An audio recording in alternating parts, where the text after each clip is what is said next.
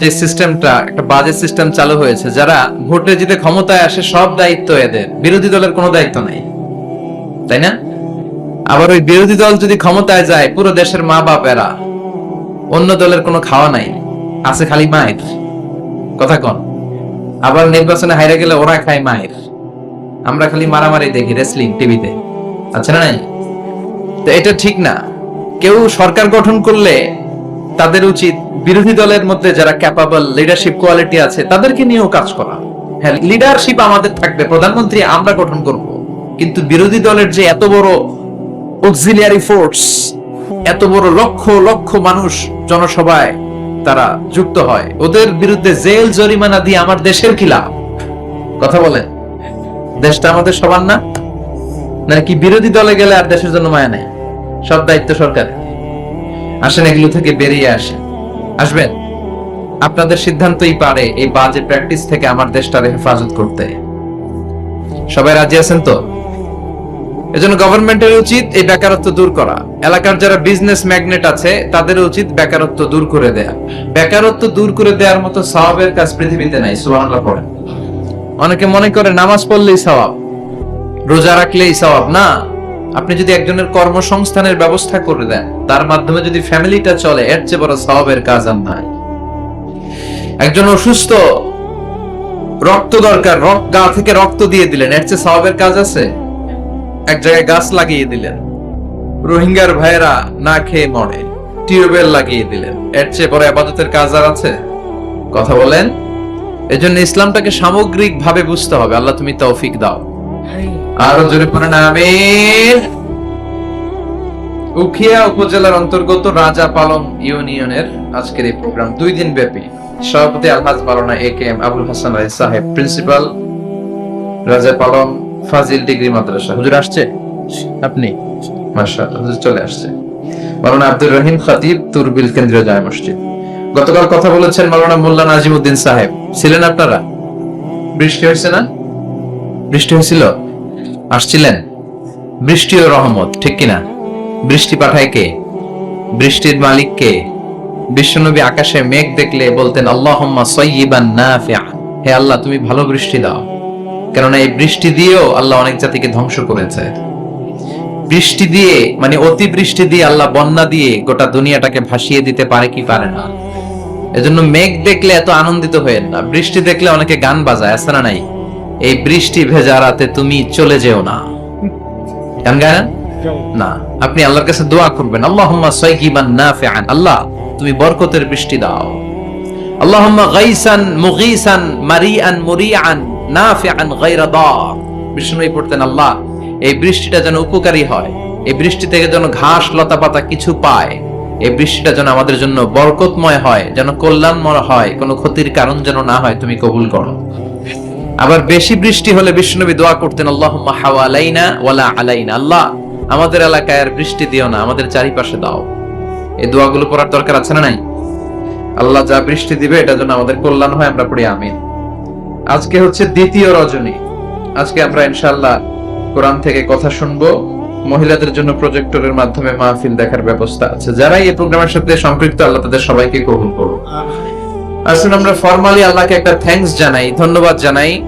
আমরা হৃদয় নিংড়ানো মনের সবটুকুন ভালোবাসাকে উজাড় করে দিয়ে, সিংহ শার্দুলের মতো গর্জন করে, আকাশ বাতাস প্রকম্পিত করে, মন প্রাণ বুক মুখ একসাথে করে, দেহের সবটুকুন শক্তি গলার মাঝ বরাবর এনে চিৎকার করে পড়ি কালিমাতু শুকুর আলহামদুলিল্লাহ।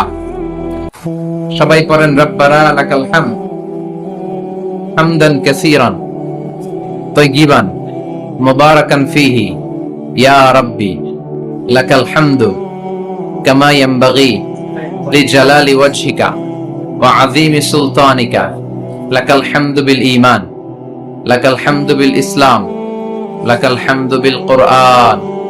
আমরা প্রশংসা করলাম কার? সব জায়গায় প্রশংসা করব কার? তাহলে নেয়ামত দিয়ে আমাদেরকে সিক্ত করবে কে? আমাদের জীবনগুলোকে শান্তিময় আনন্দময় করবে কে? বেশি বেশি আমরা আল্লাহর প্রশংসা করব। রাজি আছেন তো? সবাই রাজি? আল্লাহ তুমি কবুল করো। আজকে আমরা যে বইটা থেকে কথা শুনবো, বলেন তো বইটার নাম কি? আরো জোরে বলেন, কি নাম? আমি এই বইটার একটা ছোট্ট সূরা, সেখান থেকে দুটি আয়াত আমার খুতবায় তেলাওয়াত করেছি। সূরাটি হচ্ছে সূরাতুল আ'লা। সূরাতুল আ'লার 16 এবং 17 নম্বর আয়াত আমি তেলাওয়াত করেছি। এই আয়াতের আলোকে আমি আপনাদের সাথে কিছু কথা শেয়ার করবার চেষ্টা করব, পড়েন ইনশাআল্লাহ। এই আয়াতে আল্লাহ বুঝাতে চেয়েছেন, এই পৃথিবীটাকে এত বড় মনে করো না। You have to go back to your lord. তোমাকে তোমার রবের কাছে ফিরে যেতে হবে। এই দিন না, আরো দিন আছে, খেলা হবে, সেদিন খেলা হবে, ফাইনাল খেলা। ওই খেলার জন্য আমরা অপেক্ষা করছি। এই পৃথিবীতে ক্ষণিকের জন্য আমরা এসেছি, হ্যাঁ, very short period of time.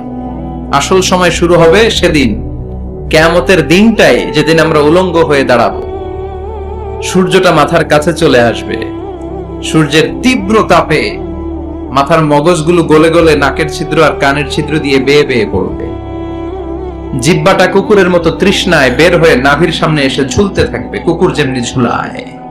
সবাই তৃষ্ণার্ত, ক্ষুধার্ত, ঘর্মাক্ত, পেরেশান, চিৎকার, চেঁচামেচি, কান্না, বিলাপ। সবার মুখে একটাই আওয়াজ, আল্লাহ আমার বাঁচান। ওই দিনের জিকিরের নাম কি? বাঁচাও। সবাই বলেন, ওই দিনের জিকিরের নাম কি?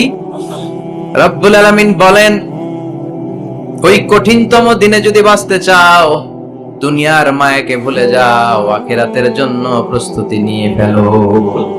বাল তু'থিরুনাল হায়াতাদ দুনিয়া ওয়াল আখিরাতু খায়রুন ওয়া আবকা।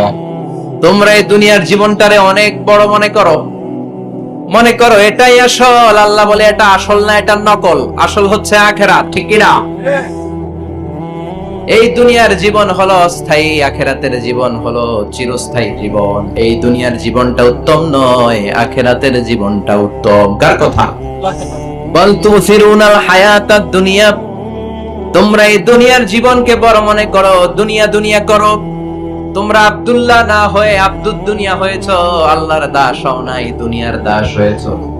তোমরা দুনিয়া করো, দুনিয়াটা ক্ষণস্থায়ী, চিরস্থায়ী হচ্ছে আখিরাত। কার কথা? এজন্য আল্লাহ বললেন, ওয়ালাল আখিরাতু খায়রুল লাকা মিনাল উলা। ও নবী, দুনিয়া নয়, আখিরাত আপনার জন্য উত্তম। সুবহানাল্লাহ। আখিরাত এটা সেরা, এটা স্থায়ী, এটা উত্তম, দুনিয়াটা নয়। You prioritize this life in this world, but the life after death much more better than this worldly life. এই দুনিয়াকে তুমি বড় মনে করো, দুনিয়াটাই সব মনে করো। দুনিয়াটাই সব নয়, আরো বড় জগৎ আছে না নাই? এই দুনিয়াটা আসলে একটা মোহ। এটা কি? একটা খেলার মধ্যে আমরা পড়ে আছি, মোহাচ্ছন্ন, লোভাতুর হয়ে আছি। চাকচিক্যময় দুনিয়া দেখে, এর পরীক্ষার ভেতরে পড়ে আখিরাতকে আমরা ভুলিয়ে গিয়েছি। আর আল্লাহ বলেছেন, দুনিয়া নয়, শ্রেষ্ঠ হলো আখিরাত। ওই আখিরাতের জন্য তোমরা সামান জোগাড় করো। চিল্লায় বলেন ঠিক কি না? আবার আল্লাহ বললেন, এই দুনিয়ার জীবনটা হলো মাতাউল গুরুর, ওয়া মাল হায়াতুদ দুনিয়া ইল্লা মাতাউল গুরুর। দুনিয়ার জীবনটা হলো সাময়িক ভোগের সামগ্রী, সাময়িক ভোগের বিষয়। আজ আছে কাল নাই, হাতের ময়লা, ছেড়ে দিলে সব শেষ, ঠিক কি? আবার আল্লাহ বলেন, এই দুনিয়ার জীবন হলো লাইবুন ওয়া লাহবুন, ওয়া মাল হায়াতুদ দুনিয়া ইল্লা লাইবুন ওয়া লাহবুন। দুনিয়ার জীবন হলো খেল তামাশা, মরলে সব শেষ হয়ে যাবে। চিল্লায় বলেন ঠিক কি না? ওরে এ ভবের রঙ্গ হবে যে ভঙ্গ, সবই সাথেরই অঙ্গ তোমার মাটিতে মিলাবে, জন্মিলে মরিতে হবে। ঠিক কি না? মাটিতে মিলিয়ে যাবে, কিচ্ছু থাকবে না, লাশ হয়ে যাবে, খুঁজেও পাওয়া যাবে না। আবার আল্লাহ বললেন, এই দুনিয়ার দৃষ্টান্ত হলো কামা ইন আনজালনাহু মিনাস সামা। এই দুনিয়ার জীবন আকাশ থেকে পাঠানো পানির মতো। এই পানি দিয়ে দুনিয়াতে গাছ হয়, একদিন গাছগুলো মরে যায়, ভুসি হয়ে যায়, বাতাসের এক ঝাপটায় ভুসিগুলো গই যায়, খুঁজেই পাওয়া যায় না। ঠিক কি না? কোথায় যে চলে যাবে এই দুনিয়ার জীবন, খুঁজেই পাওয়া যাবে না। টিকে থাকবে, অবশিষ্ট থাকবে, আজীবনের জন্য অপেক্ষা করবে একটা কাল, সেটা হচ্ছে আখিরাত। চিল্লায় বলেন ঠিক কি না? আমরা লোভের মধ্যে পড়ে আছি, মহাচ্ছন্ন। কখন যে ডাক চলে আসবে আমরা জানি, চিল্লায় বলেন জানি। একদিন মাটির ভেতরে হবে ঘরে মন আমার, কেন বান্ধ দালান ঘরে মন আমার, কেন বান্ধ দালান ঘর। প্রাণ পাখি উড়ে যাবে পিঞ্জর ছেড়ে, ধরা ধামে সবই রবে তুমি যাবে চলে। বন্ধু বান্ধব যত মাতা পিতা দ্বারা সুত সবই হবে তোমার পরে মন আমার, কেন বান্ধ দালান ঘর। একদিন মাটির ভেতরে হবে ঘরে মন আমার, কেন বান্ধ দালান ঘরে মন আমার, কেন বান্ধ দালান ঘর। চিল্লায় বলেন ঠিক কিনা? ওমাল হায়াতুদ দুনিয়া ইল্লা মাতাউল গুরুর। দুনিয়ার জীবনটা এটা ভোগের সামগ্রী, আজ আছে কাল নাই, কখন যে চলে যেতে হবে কেউ জানি না। আপনাদের এই মাহফিলে আসার আগ দিয়ে এই কিছু সামনে কি রাস্তা যেন বলে এটাকে, এই করুলিয়া বাস স্ট্যান্ডের এদিকেই আমার প্রাইভেট কার যখন যাচ্ছে, আমরা যখন যাচ্ছি, হুট করে আরেকটা গাড়ি এসে একজনকে ধাক্কা মারলো। হুন্ডা গেল একদিকে, সে গেল একদিকে। হঠাৎ দেখি মাথা দিয়ে ফিনকি দিয়ে রক্ত বেরোচ্ছে, আবছা অন্ধকার, গাড়ির আলোতে দেখা যাচ্ছে ফিনকি দিয়ে রক্ত, এরকম রাস্তার পাশ দিয়ে রক্ত বেয়ে বেয়ে পড়ছে। মুহূর্তের মধ্যে এক ধাক্কায় নাই। তার কত চিন্তা ছিল, কত প্ল্যান ছিল জীবন নিয়ে, সুন্দর সংসার করবে, বাবা মার মন মুখ খুশি করবে, সমাজের জন্য অনেক কিছু উপহার দিবে, সামনে নির্বাচন আসতেছে, এটা নিয়ে তার মাথায় টেনশন ছিল না? কে আসবে ক্ষমতায়, কত উৎসব, কত আমেজ, কিন্তু নাই, সব ভঙ্গ করে দিল কি? আজকে রাতে আমাদের এরকম ঘটতে পারে কি পারে না? এই মাহফিল থেকে সহি সালামতে বাসায় ফিরতে পারবো গ্যারান্টি লেটার আছে নাকি? আরো আধা ঘন্টা বাঁচবো গ্যারান্টি, আরো 10 মিনিট শ্বাস যেটা নিলাম এটা ফেলতে পারবো গ্যারান্টি। কথা বলেন। আমার হায়াতুদ দুনিয়া ইল্লা মাতাউল গুরুর। আল্লাহ বললেন এটা ভোগের সামগ্রী। এই দুনিয়ার জীবন খেলতামাশার জীবন, মোহের জীবন, মোহের ভেতরে পড়ে আখিরাতকে তোমরা ভুলে গিয়েছো। দুনিয়া আসল নয়, আসল হলো আখিরাত। ঠিক কি না? এই দুনিয়ার জীবনটা হলো 4টা স্বর্ণের টুকরার 3টা লাশের মতো। মনোযোগ দিয়ে শুনবেন, কয়টা স্বর্ণের টুকরা? লাশ কয়টা?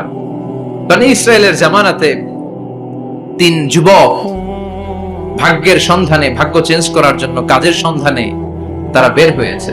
পথিমধ্যে গুপ্তধন পেয়েছে, 4টা স্বর্ণের টুকরা পেয়েছে 3 জন। কয়জন? কয়টা স্বর্ণের টুকরা? 4টা স্বর্ণের টুকরা পেয়ে মহা খুশি, খুশিতে বাকবাকু। কে আমাদেরকে পায়? আজকে স্বর্ণের টুকরা ভাগ করে আমরা অনেক ধনী হয়ে যাব। এক বন্ধু বলল, পেটে অনেক ক্ষুধা লেগেছে, আগে বাজার থেকে খাবার নিয়ে আয়, তারপরে 3 জন বন্ধু মিলে 4টা স্বর্ণের টুকরা ভাগ করে নিয়ে যাব। এক বন্ধুকে বাজার থেকে রুটি কিনে আনানোর জন্য পাঠিয়েছে। বাকি 2 বন্ধু এবার বসে বসে পরামর্শ করে, ওইটারে যদি মেরে ফেলতে পারি ভাগ বটোয়ারার দরকার নাই, তুই নিবি 2টা, আমি নিব 2টা। সহজ হয়ে গেল না? ও নিবে 2টা, এ নিবে 2টা, আর ওটার মেরে ফেলবো। যেটা রুটি আনতে গেছে ওটা মনে মনে ভাবে, রুটিতে যদি বিষ মিশাতে পারি। কি মিশাতে পারি? আর ওই 2টারে যদি খাওয়াইতে পারি তাহলে সব আমার, গোটা দুনিয়া আমার, দুনিয়াকে মজা লেলো, দুনিয়া তোমার। যে চিন্তা ওই কাজ। রুটির মধ্যে বিষ মেখে এনে বন্ধুদের কাছে দিয়েছে। 2 বন্ধু মিলে ওইটারে ঘুষান শুরু করছে। ঘুষাইতে ঘুষাইতে শেষ, একটা শেষ, উইকেট একটা পড়ছে। কয়টা?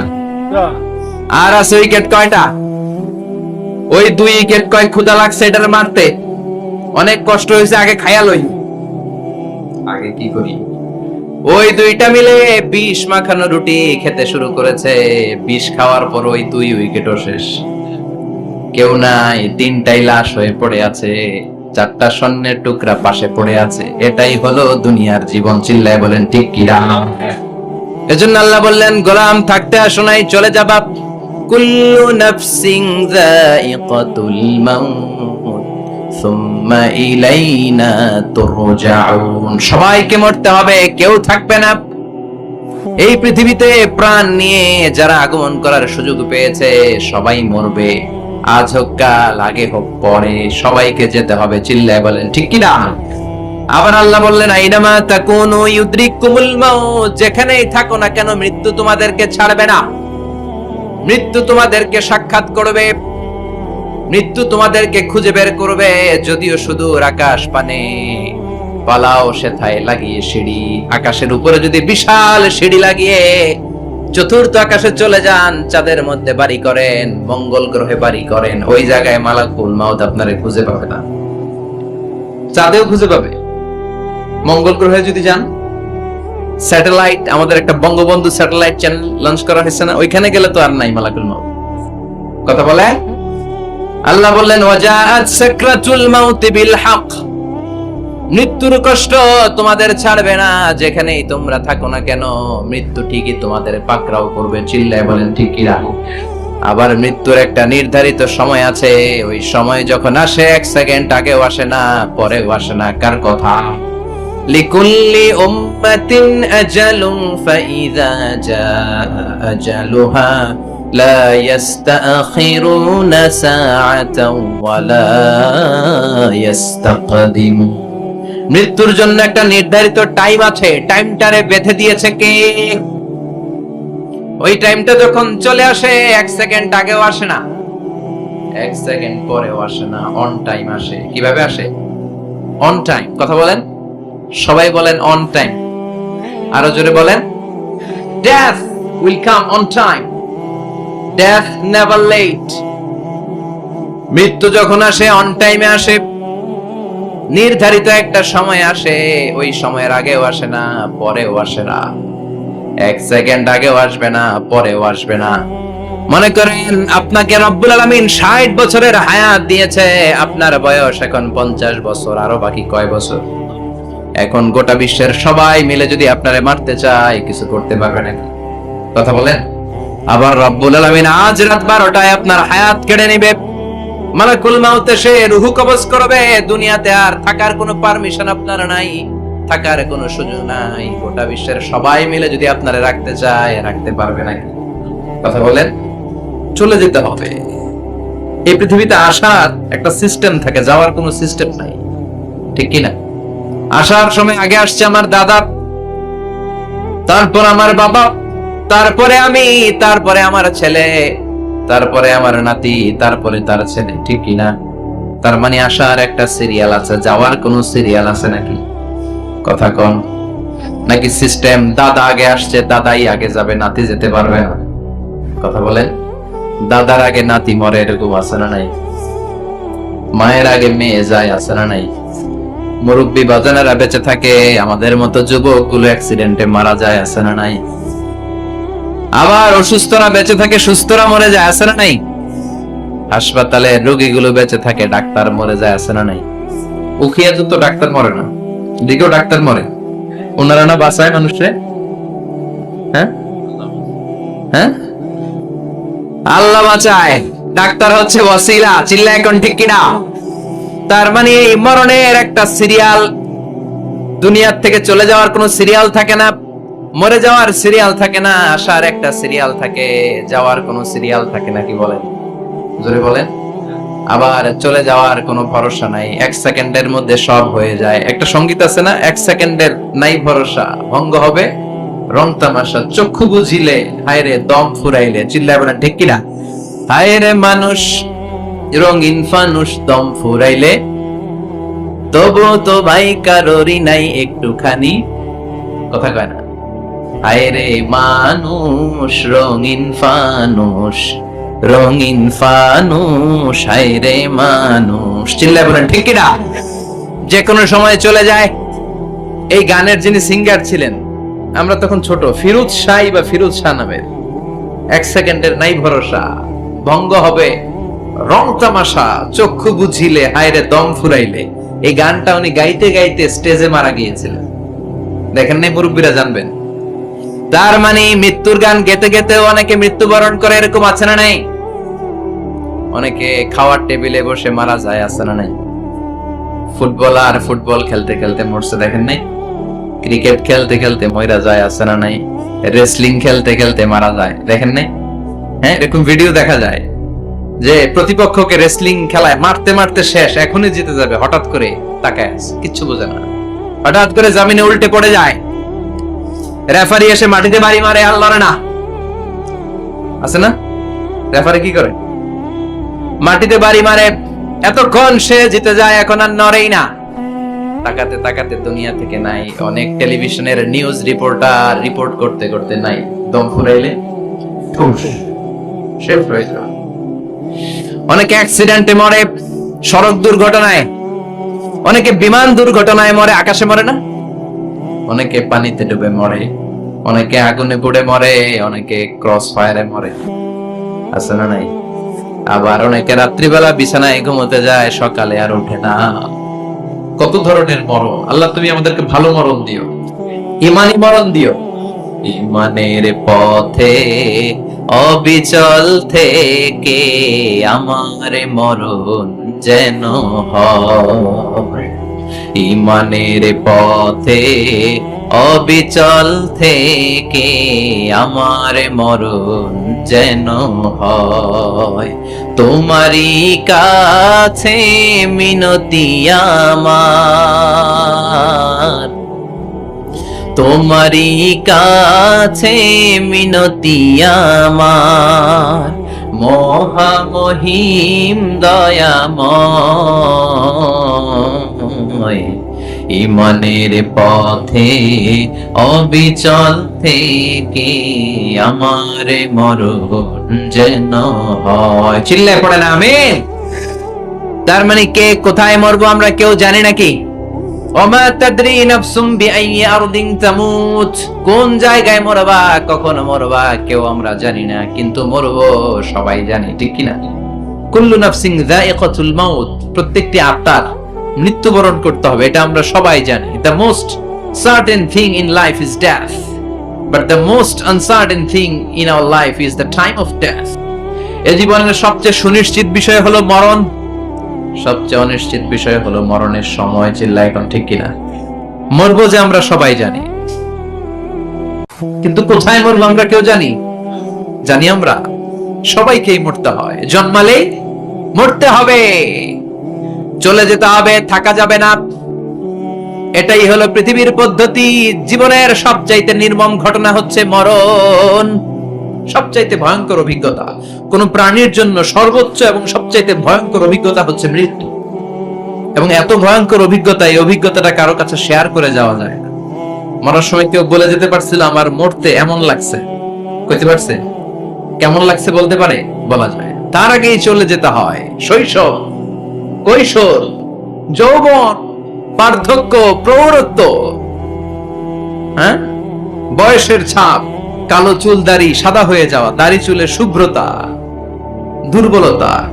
This is the circle of life. ছোট্ট ছিলাম, বড় হলাম, সিঙ্গেল ছিলাম, ডাবল হলাম, তারপরে বাবা হলাম, তারপরে শ্বশুর হলাম, তারপরে নানা হলাম, তারপরে চলে যেতে হবে। This is the circle of life. চিল্লায় বলেন ঠিক কিনা? এই যে মুরব্বীরা, দাড়ি পাকা মুরব্বী যারা আছে, আপনারা কি মনে করছেন মায়ের পেট থেকে এরকম মুরব্বী হয়ে বেরিয়েছিল? কিরকম বের হয়েছিল?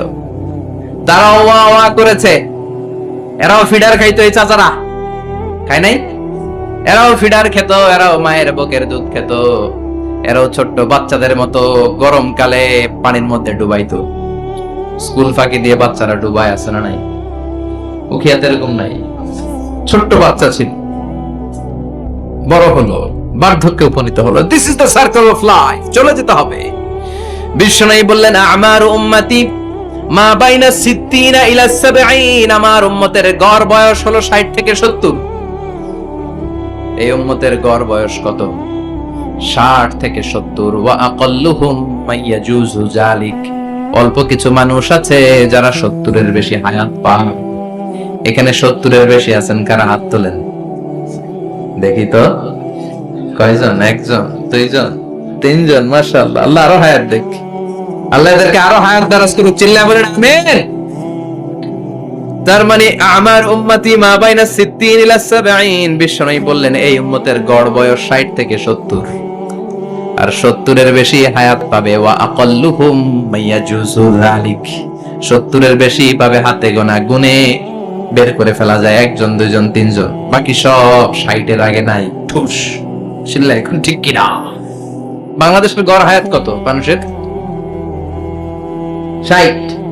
বিশ্বনবীর কথার সাথে মিলে গেছে, চিল্লায় পড়েন সুবহানাল্লাহ। এই জন্য বিশ্বনবী বলেন, এই যে মুরব্বীদের দাড়ি পাকে, এই যে রাস্তায় অ্যাক্সিডেন্ট হয়, এই যে ক্যান্সারে আক্রান্ত হয়ে লোকজন মারা যায়, তারপরেও কি টনক নড়ে না? এরপরেও কি বিবেকে ধরে না যে তোমাকে চলে যেতে হবে? আকসিরু যিকরা হাযিমিল লাযযাত, জীবনের সব স্বাদকে পানসা করে দেয় ওই মরণকে স্মরণ করো।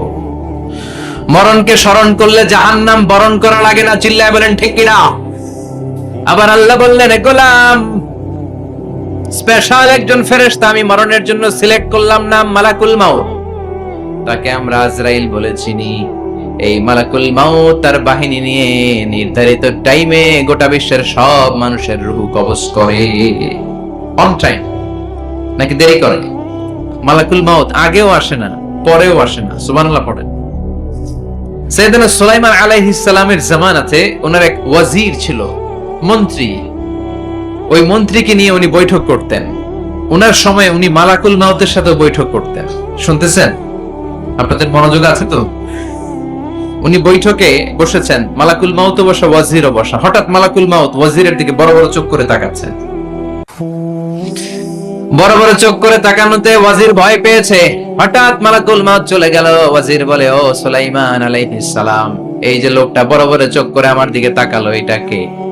সাইয়েদনা সুলাইমান বলে, হাদা মালাকুল মাউত। যে বর্ণনাটা বলছি এটা হাদিস না, এটা হচ্ছে ইসরাইলিয়া, জিউস ট্র্যাডিশন। কোরআন হাদিসের সাথে কোনো দ্বন্দ্ব নাই, তাই বর্ণনা করা যাবে। বিষ্ণু বলেছেন, বাল্লিগু আন্নি ওয়ালাউ আয়া। আবার বলেছেন, ওয়া হাদিসু আন বনি ইসরাঈল ওয়ালা হারাজ। বনি ইসরাইলের ট্র্যাডিশন বর্ণনা করো, জিউস ট্র্যাডিশন বর্ণনা করো, এতে কোনো সমস্যা নাই। ওয়াজির বলে, ও সাইয়েদনা সুলাইমান, বড় বড় চোখ করে যে তাকালো লোকটাকে? সাইয়েদনা সুলাইমান বলে, হাদা মালাকুল মাউত, এটা মৃত্যুর ফেরেশতা। ওয়াজিরের কলিজায় পানি নাই। এটা কি ফেরেশতা? শুনে তো পিলে চমকে গিয়েছে। কয় কি? মালাকুল মাউত তো আমার চিনে ফেলাইছে, বাড়ি চিনে ফেলছে আমার খবর আছে।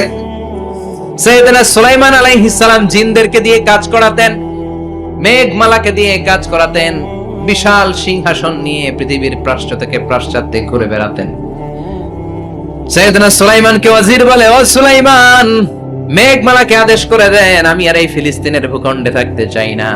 আকাশের মেঘমালার উপরে আমারে বসিয়ে দেন, আর বলে দেন আমারে নিয়ে যেন আকাশের মেঘমালা হিন্দুস্তানের ওই দূর পর্বতে রেখে আসে।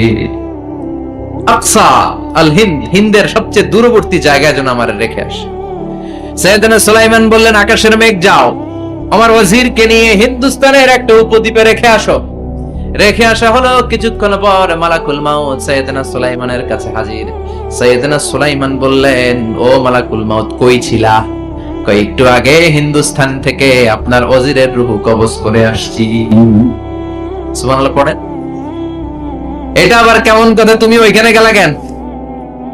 কয়, রব্বুল আলামিন কিছুক্ষণ আগে আমার কাছে পয়গাম পাঠিয়েছে, যাও সাইয়েদনা সুলাইমানের ওয়াজিরের রূহটা কবজ করো।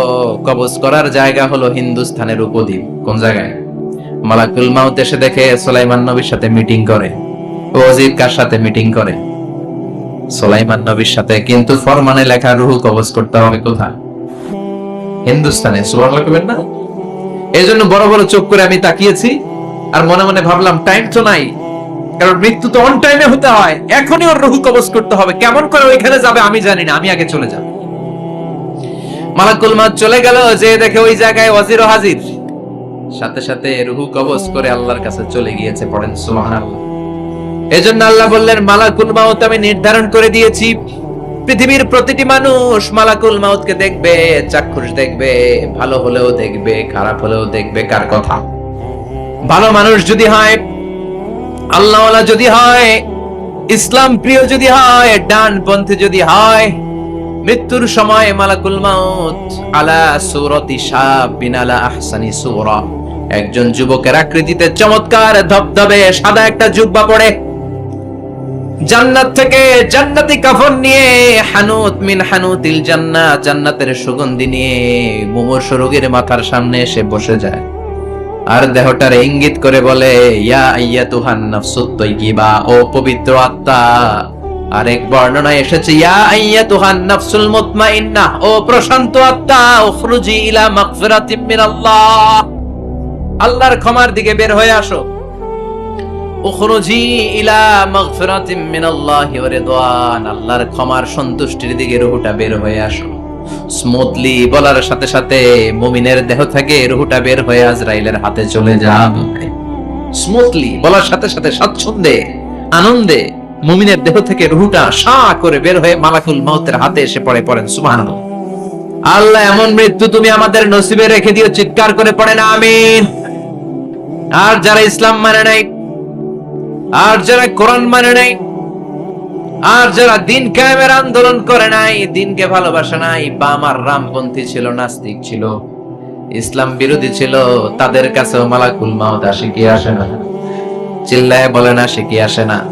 তাদের কাছেও আসে, কিন্তু আলা সূরাতি আকবাহি রাজুল, একজনের চেহারা যত ভয়ঙ্কর হতে পারে, যত নিকৃষ্ট হতে পারে, এরকম ভয়ঙ্করতম নিকৃষ্ট দুর্গন্ধওয়ালা একটা চেহারা নিয়ে আসে।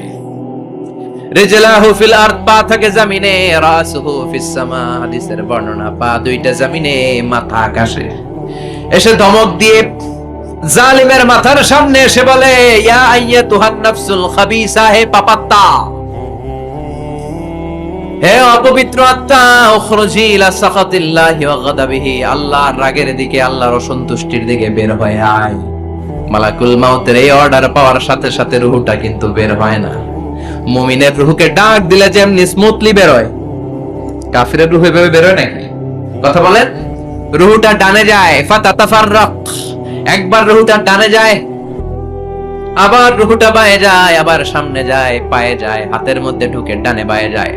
মালাকুল মাউত আবার ধমক দিয়ে বলে, ইয়া আইয়াতুহান নাফসুল খাবিসা, পাপাত্তা, বের হয়ে আয়। রূহটা আবার ডানে যায়, বায়ে যায়, সামনে যায়, পেছনে যায়। এবার খপাস করে মালাকুল মাউত রূহকে ধরে টান মারে। সারা দেহটা থেকে প্রাণ রস সিক্ত করতে করতে দেহ থেকে রূহটাকে টেনে হিচড়ে বের করে আনে। আর মুমূর্ষু রোগীটা চিৎকার মারতে থাকে, পড়েন না আউযু বিল্লাহ। একটা জীবন্ত ছাগল, একটা জীবন্ত ছাগলের চামড়াগুলো জবাই না দিয়ে কেউ যদি টেনে টেনে বের করে, ছাগল জবাই হয় নাই কিন্তু চামড়া এক পাশ থেকে টেনে টেনে টেনে হিচড়ে আপনি গা থেকে বের করলে যত কষ্ট হয়, এর চেয়েও বেশি কষ্ট দিয়ে মালাকুল মাউত বামপন্থী আর কাফেরদের রূহটা দেহ থেকে বের করে আনে। পড়েন না আউযু বিল্লাহ। আমাদের রূহটা যেন আল্লাহ, মুমিনদের রূহ আপনি যেভাবে কবজ করান, ওইভাবে যেন আমাদের রূহটা বের হয়ে আসে। আর জোরে বলেন আমিন। এজন্য আল্লাহ বললেন, বাল তুসিরুনাল হায়াতাদ দুনিয়া ওয়াল আখিরাতু খায়রুন ওয়া আবকা। পাগলের মতো মোহাচ্ছন্ন হয়ে এই দুনিয়াটার পেছনে ছুটে বেড়াও, এই দুনিয়া আসল নয়, আখিরাত হলো আসল। চিল্লায় বলেন ঠিক কিনা? অস্থির, আমরা অস্থির, আমরা ব্যস্ত দুনিয়ার লোভে আর মোহে পড়ে আমাদেরকে যে মরতে হবে, চলে যে যেতে হবে, এটা ভাবার সময় আমাদের নাই। চিল্লাই কোন ঠিক কিনা? এজন্য বলা হয় মুতু ক্বাবলান তামুতু, মরার আগে একবার মরো। হাসিবু ক্বাবলান তুহাসাবু আলাইক, তোমার হিসাব কিয়ামতের দিন করার আগে তুমি তোমার হিসাব করো। জীবনে কি কি পাপ করেছি আমি জানি, আমার চেয়ে ভালো কেউ জানে না। চিল্লায় বলেন ঠিক কিনা? কি কি অন্যায় করেছি আমার হৃদয়ের মধ্যে কথাগুলো আছে না নাই? পৃথিবীর কেউ না জানলেও আমি জানি কি জানি না? পৃথিবী না জান আমি তো জানি, আমি কি পাপ করেছি হায়। পৃথিবী না জান আমি তো জানি, আমি কি পাপ করেছি হায়।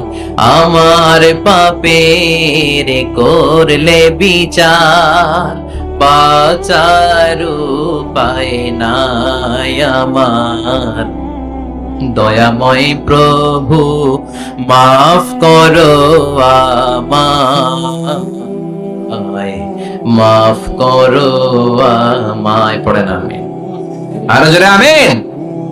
এজন্য হাসিবু ক্বাবলা আন তুহাসাবু আলাইক, তোমার হিসাব বসার আগে নিজে হিসাব করো কি কি করলা। আসল মরণের দিন শটান হয়ে তো শুয়ে পড়ো ভাই, মরার আগে আরেকবার মরো। মরার আগে আরেকবার কি করবেন কথা বলেন? মরার আগে কি করতে হবে? হঠাৎ একদিন বিছানায় শটান হয়ে শুয়ে যান, চক্ষুটা বন্ধ করেন, ভাবেন মরে গিয়েছেন, এই তোমার কুলমাউত চলে এসে রুহুটা নিয়ে গেল।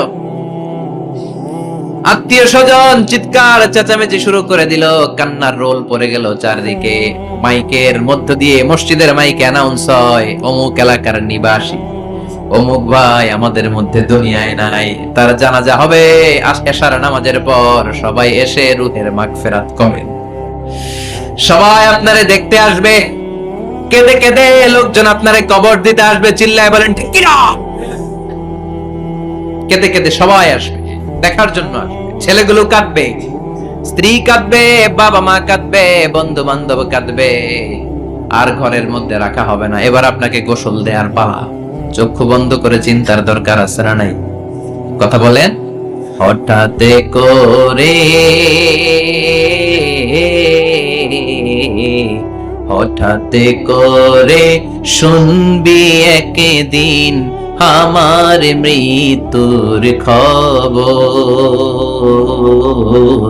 কেঁদে কেঁদে আসবে সবাই দিতে আমায় কবর, দিতে আমায় কবর। ঠিক কি না? একটু চোখটা বন্ধ করে ভাবেন, আপনাকে গোসল দেয়া হবে, জামাগুলো খোলা হবে। এত টাকা দিয়ে যে দামি গোসলখানা টাইলস লাগিয়ে ঘরে বানালেন, আপনার শেষ গোসলটা কি ওই দামি গোসলখানায় হবে? লাশ যেখানে ধোয়া হয় ওই জায়গায় ধোয়া হবে। আপনাকে কাফন পরানো হবে। আপনার কলিজার টুকরা ছোট বাচ্চাটারে বলা হবে, আব্বু দেখে যাও তোমার বাবারে শেষবারের মতো দেখো। আপনার বাবা মা শেষবারের মতো একটা নজর দিয়ে আপনার চেহারাটা দেখে নিবে। বন্ধু বান্ধবরা শেষবারের মতো একবার আপনারে দেখে নিবে। জানাজার জায়গায় নেওয়া হবে। হবে না এই ঘটনাটা আমাদের? হ্যাঁ, হবে কি না? হাজার হাজার মানুষ শেষ বিদায় দেওয়ার জন্য আসবে। চারটা তাকবীর দিয়ে ইমাম নামাজ শুরু করবে। আল্লাহু আকবার, আল্লাহু আকবার, আল্লাহু আকবার, আল্লাহু আকবার বলে নামাজ শুরু করবে। নামাজ শেষ। এবার পালকিতে করে কবরে যাওয়ার পালা। যেতেই হবে, যেতেই হবে। পালকিতে করে লোকজন নিতে শুরু করবে। কবরস্থানের ওই জায়গায় যেখানে মানুষ বছরে মানুষ না মরলে যায় না, ওই গহীন নিঝুম কবরস্থানে ঢুকানো হবে। পালঙ্ক থেকে নামিয়ে আপনার জন্য করে রাখা আগ থেকে কবরটার মধ্যে শুইয়ে দেওয়া হবে। উপরে বাঁশ দিয়ে ছাউনি, শেষবারের মতো সবাই দেখে বাঁশের ছাউনির উপরে মাটি চাপা দিবে। ঠিক কিনা? চলে যাবে সব, কেউ নাই, অন্ধকার, শুধু অন্ধকার। এই অন্ধকার যেন শেষ হতে চায় না। এই ঘটনা ঘটবে না আমাদের? কথা বলেন, ঘটবে কিনা? এজন্য মরার আগে এগুলো চিন্তার দরকার আছে না নাই? মরার আগে আরেকবার মরার দরকার আছে না নাই? এজন্য রব্বুল আলামিন বলেন, বাল তুসিরুনাল হায়াতাদ দুনিয়া ওয়াল আখিরাতু খায়রুন ওয়া আবকা। এই দুনিয়ার জীবনটাকে তোমরা আসল জীবন মনে করো, এটা আসল জীবন নয়। আসল জীবন হলো কবরের জীবন। চিল্লায় বলেন ঠিক কি না? আল্লাহ তোমার এই দুনিয়ায়, আল্লাহ তোমার এই দুনিয়ায় কেউ আসে কেউ চলে যায়, তবু তোমার ভয়ে কারো কাঁদে না হৃদয়। এই দুনিয়াতে আমার বদলে গেল মন। চারিদিকে দেখি শুধু সুখেরই স্বপন। ভাবলো না মন আল্লাহ ছাড়া,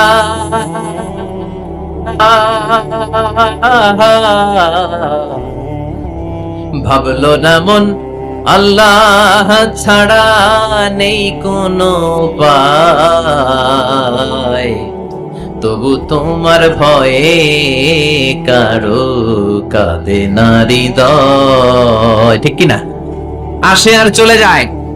প্রতিদিন মাইকে অ্যানাউন্স শুনি, অমুক এলাকার অমুক লোক নাই, দাদা গেল, বাবা গেল, বড় ভাই গেল, আত্মীয় স্বজন গেল, আমাকেও যেতে হবে, এই চিন্তা মাথায় নাই। চিল্লায় এখন, ঠিক কিনা? এজন্য লাইফটা হলো one time, one chance, second কোনো চান্স আপনাকে দেয়া হবে নাকি? কাফেররা বলবে, ইয়া রাব্বি আরেকটা সুযোগ দেন, লাউ আনতা লানা কাররা ইয়ানি মাররা, আল্লাহর একটা সুযোগ যদি পেতাম দুনিয়াতে ভালো করে আসতাম। আল্লাহ বলবেন, ইন্নাহা কালিমাতুন কাইলুহা, এটা শুধু তাদের মুখের কথা, তাদেরকে আবার সুযোগ দিলেও তারা কিচ্ছু করবে না। চিল্লায় এখন, ঠিক কিনা? এজন্য একটা চান্স আমরা পেয়েছি, এই দুনিয়ার ওয়ান চান্সে আমরা ভয় পাবো একজনকে। চিল্লায় বলেন, তিনি কে? এজন্য যেতে আমাদেরকে হবে। এই মরণ থেকে পালানোর কোন সুযোগ কেউ পালাতে পারে নাই। এই মরণ হলো আখিরাতের প্রবেশদ্বার। মরণ নামক পালকিতে চড়ে আমরা কবরের ভেতরে ঢুকি। মরণ হলো প্রথম পর্ব, কবর হলো দ্বিতীয় পর্ব। যেরকম, ঠিক কিনা? এজন্য বিশ্বনবী বললেন, আল কবর রাউদাতুম মিন রিয়াদিল জান্নাহ আও হুফরাতুম মিন হুফারিন নার। কবর হলো কারো জন্য জান্নাতের বাগান, কারো জন্য জাহান্নামের গর্ত। আমরা বলি, আল্লাহ আমাদের কবরটারে জান্নাতের বাগান বানাও। আর জোরে পড়েন আমিন। আবার বিশ্বনবী বললেন, ইন্নাল কবরা আউয়াল মানজিল মিন মানাজিলিল আখিরাহ। কবর হলো আখিরাতের মানজিলগুলোর প্রথম মানজিল। আখিরাতে একটার পরে একটা অনেকগুলো স্টেশন আপনাকে পার হতে হবে। প্রথম স্টেশনটার নাম হলো কবর। প্রথম স্টেশনের নাম কি? এই কবর নামক স্টেশনে যদি আপনি মাফ পেয়ে যান, সামনের সব স্টেশনগুলোতে মাফের ব্যবস্থা করবে কে? আল্লাহ। আর কবর নামক স্টেশনে যদি ধরা খেয়ে যান, আপনার মায়ের আছে না নাই? লাশটাকে যখন রাখা হয়, লাশটা চিনে কে আমারে রাখলো, কে আমাকে ধৌত করলো, কে আমারে কাফন পড়ালো। এজন্য বিষ্ণুই বলেছেন, মুমূর্ষের সামনে বসে বসে পড়ো, লা ইলাহা ইল্লাল্লাহু মুহাম্মাদুর রাসূলুল্লাহ লাকিনু মাউতাকুম। লা ইলাহা ইল্লাল্লাহ, মুমূর্ষের সামনে দাঁড়িয়ে দাঁড়িয়ে পড়ো লা ইলাহা ইল্লাল্লাহ। এই লা ইলাহা হচ্ছে জীবিতদের জন্য কালিমা, আর আমরা মরার পরে এই জিকির করি, ঠিক কি না? আমাদের দেশের অনেক জায়গায় লাশ নিয়ে কবরে যাওয়ার সময় লা ইলাহা পড়ে না। না, এটা আগের জিকির, মরার আগের জিকির। মরার আগে আপনাকে অ্যানাউন্সমেন্ট দিতে হবে, আল্লাহ ছাড়া কোনো ইলাহ নাই, বিশ্বনবী হচ্ছেন শেষ নবী এবং রাসূল। চিল্লায় বলেন, ঠিক কি না? লাশটাকে যখন রেখে দেয়া হয়, বিশ্বনবী যত মানুষকে কবরে রেখেছেন তারপরে দাঁড়িয়েছেন আর বলেছেন, ইস্তাগফিরু লিআখিকুম, তোমার ভাইদের জন্য তোমরা দোয়া করো। ফাইন্নাহুল আনা ইউসআল, এখনি তাকে কবরে সওয়াল করা হবে। কবরে প্রশ্ন আছে না নাই? কথা বলেন। বিশ্বনবী খাদিজাতুল কুবরা, ওনার প্রথম স্ত্রী খাদিজাতুল কুবরা তাহেরাকে কবরের মধ্যে রেখে দিয়ে কাঁদতে শুরু করলেন। চোখের পানি ছেড়ে অনেক দোয়া করলেন। দোয়া শেষে সব সাহাবারা ঘরে ফিরে যায়, বিশ্বনবী যায় না। সাইয়েদনা আবু বকর বললেন, ও নবী চলেন ঘরে যাই। অনেক তো দোয়া করলেন। বিশ্বনবী বললেন, আবু বকর তুমি যাও, আমি যাব না। এইটা সাধারণ মহিলা না, এটা বিপদের দিনের সঙ্গিনী খাদিজা। মক্কায় যখন আমার কেউ ছিল না, খাদিজা আমারে ভুলে নাই। 3 বছর কাফিররা আমাকে জেলখানায় বন্দী রেখেছে, নাম শিয়াবে আবি তালেবের জেলখানা। আমার স্ত্রী ওই জেলখানার জীবনেও আমারে ছাড়ে নাই। আমার সাথে 3 বছর খাদিজাও জেল খেটেছে। এই একটাই মহিলা, যেই মহিলাকে আল্লাহ আরশের উপর থেকে সালাম দিয়েছে, মহিলাটার নাম খাদিজা। আল্লাহু আকবার। আমার সব সন্তান আল্লাহ খাদিজার পেট থেকে দিয়েছে। ফাতেমাতুজ জোহরা খাদিজার মেয়ে, জাইনাব খাদিজার মেয়ে, উম্মে কুলসুম খাদিজার মেয়ে, রুকাইয়া খাদিজার মেয়ে, আবুল কাসেম বিশ্বনবীর ছেলে খাদিজার ছেলে, আব্দুল্লাহ যাকে তাইয়্যিব এবং তাহের নামে আমরা চিনি, সেও খাদিজার ছেলে। সুবহানাল্লাহ। ও আবু বকর, আমার এই কলিজার টুকরা প্রিয়তমা খাদিজারে রেখে দিয়ে কেমনে বাসায় যায়? তুমি যাও, আমি দাঁড়িয়ে থাকবো। এজন্য কবরের আযাব থেকে বিশ্বনবী পানাহ চেয়েছেন। বিশ্বনবী বলেছেন, আল্লাহুম্মা ইন্না নাউযু বিকা মিন আযাবিল কবর। ও আল্লাহ, কবরের আযাব থেকে তুমি আমাদেরকে বাঁচাও। পড়েন আমিন। কবরে মুমিনদেরকে 4টা প্রশ্ন করা হবে, কাফিরদেরকে 3টা প্রশ্ন। চিৎকার করে বলেন, মুমিনের প্রশ্ন কয়টা? আর জোরে বলেন। প্রথম প্রশ্ন, মার রব্বুক, তোর রবের নাম কি? আমরা কি বলবো? আল্লাহ আমারে রব। এই রবি আমার সব, দমে দমে তনু মনে তারি অনুভব, আল্লাহ আমার রব, এই রবি আমার সব। পড়েন আমিন। দ্বিতীয় প্রশ্ন, আমার দিন, উত্তর দিনের নাম কি, ধর্মের নাম কি? তৃতীয় প্রশ্ন, মান হাযার রাজুল, এই লোকটাকে কে? আমরা বলবো মুহাম্মদ সাল্লাল্লাহু। তিনটা প্রশ্নের উত্তর যখন আপনি কবরে করে দিতে পারবেন, অতিরিক্ত একটা প্রশ্ন, ওয়ামা ইলমুক, এই যে তিনটা প্রশ্নের উত্তর পাল্লা, কেমন করে উত্তর জানো? কোত্থেকে শিখেছো? নকল করে আনছো কাফনের কাপড়ে? পরীক্ষার হলে নকল আছে না নাই? হাতে নকল আছে না? পায়ে নকল, মোজার ভিতরে নকল আছে না নাই? মোবাইলে নকল আছে না নাই? নকল থেকে আল্লাহ তুমি বাঁচাও। আরো আসতে কোন আমি। কিভাবে জানলা, কেমন করে তিনটা প্রশ্নের উত্তর শিখলা? What is the source of your knowledge? তথ্যসূত্র কি? আপনাকে বলতে হবে আমি যেই কিতাবটা থেকে শিখেছি কিতাবটার নাম কি। চিল্লায় বলেন কি না? এই কিতাবটা হলো কোরআন। আপনাকে বলতে হবে কোরআন থেকে আমি শিখেছি, বিশ্বনবীর হাদিস থেকে আমি শিখেছি। চারটা প্রশ্নের উত্তর যখন পারবেন, ফেরেশতারা বলবে আহলান সাহলান, খুশ আমদেদ, কংগ্রাচুলেশন, বাহ বাহ, তুমি তো চমৎকার পেরেছো। ফায়ুফসাহু লাহু কবরুহু ৭০ যিরাআন, মুমিন বান্দার কবরটা ৭০ হাত লম্বা করে দেয়া হবে। ইফতাহু লাহু বাবুন ইলাল জান্নাহ, জান্নাতের দিকে তার কবর থেকে একটা দরজা বানিয়ে দেয়া হবে।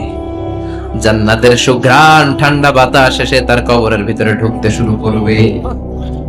ইলবাসু লিবাস মিন আহলিল জান্নাহ, জান্নাতীদের পোশাক তার গায়ের মধ্যে পরিয়ে দেয়া হবে। আল্লাহু আকবার। আর বলা হবে নাম কানাউমিল আরুস, বাসর রাতে বর যেমনি কনেকে নিয়ে ঘুমিয়ে যায়, তুমিও একটা ঘুম দাও। আলহামদুলিল্লাহ পড়ে মুমিন বান্দা আনন্দের একটা ঘুম দিবে। ইসরাফিলের সিংগার আওয়াজ ছাড়া পৃথিবীর কোনো কিছুই তার এই ঘুম ভাঙতে পারবে না। আল্লাহ আমরাও যেন সেদিন কবর একটা মজার ঘুম দিতে পারি, তুমি তৌফিক দাও। জোরে বলেন আমিন।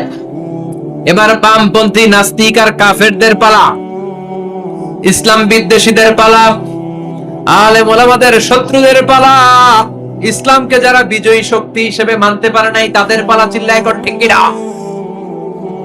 ওদেরকেও একই প্রশ্ন, রব কে?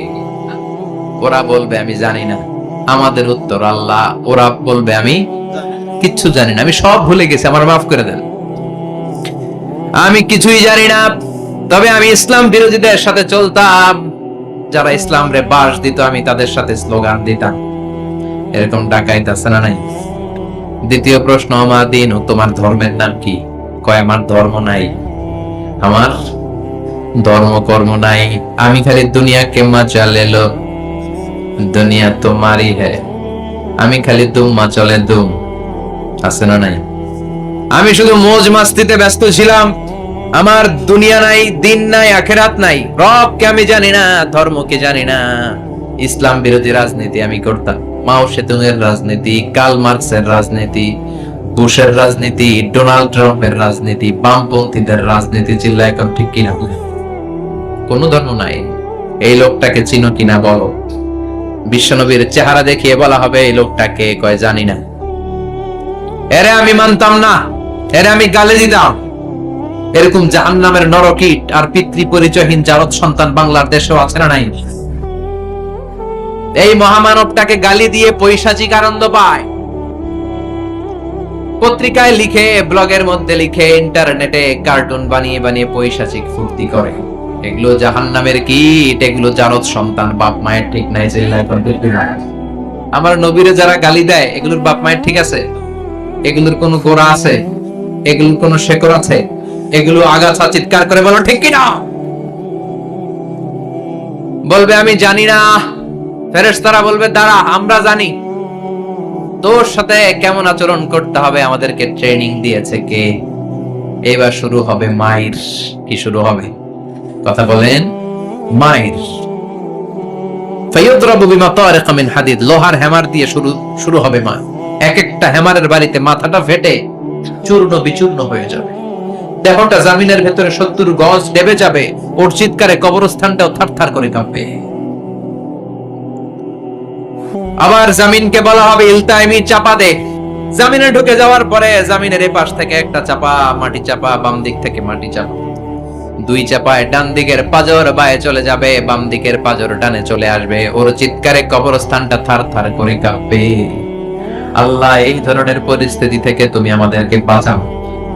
আরো চিৎকার করে বলে না, আমি